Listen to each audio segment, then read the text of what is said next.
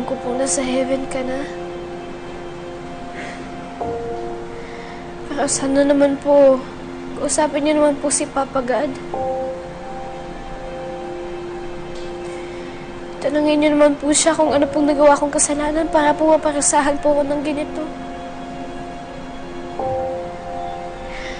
Lahat na lang po kasi ng mahal ko sa buhay nawawala po sa akin eh. Si Daddy po na hindi ko na nakilala. Kayo po. Si Mami po tsaka si Nanay tapos ngayon naman po si Tito Jonas.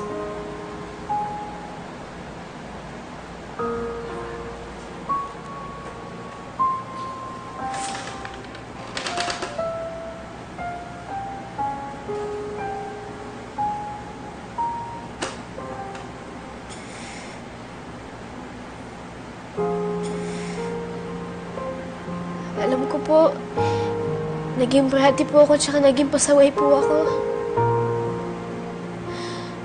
Pero promise ko po magbabago na po ako, Lola. Ayoko lang po talaga maging mag-isa. Ayoko lang po mawala po lahat ng mahal ko sa buhay ko.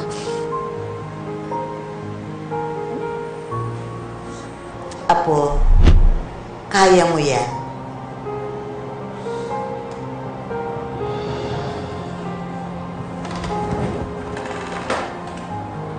Pero Lola, bakit na po ba natin kailangan po umalis ng Amerika?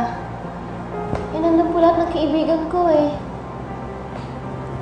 I don't want to feel alone again. Alam mo ba, Apo, kung ano ang sekreto how not to be lonely? Kailangan mabait ka at mapagmahal. Yun lang po, Lola. Ay nako, Iya. Hindi naman pwedeng lagi kaming nandyan sa tabi mo. Darating din ang panahon na mawawala din kami. Kaya matuto ka, ha? Na tumayo ng ikaw lang.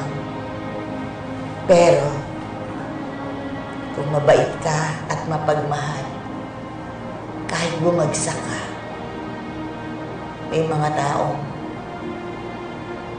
aakay sa'yo sa buhay mo at hindi ka mag-iisa. Pero Lola, huwag niyo po akong iiwan, ha? Promise. Matanda na ako. Mahina na. Pero pinapangako ko, hindi ko sasayangin ang mga sandali na lagi tayong magkasama. Dahil ang panahon yon, kasama ang mga mahal mo sa buhay. Ang mga alaalang yon, ang siyang magbibigay ng lakas sa'yo.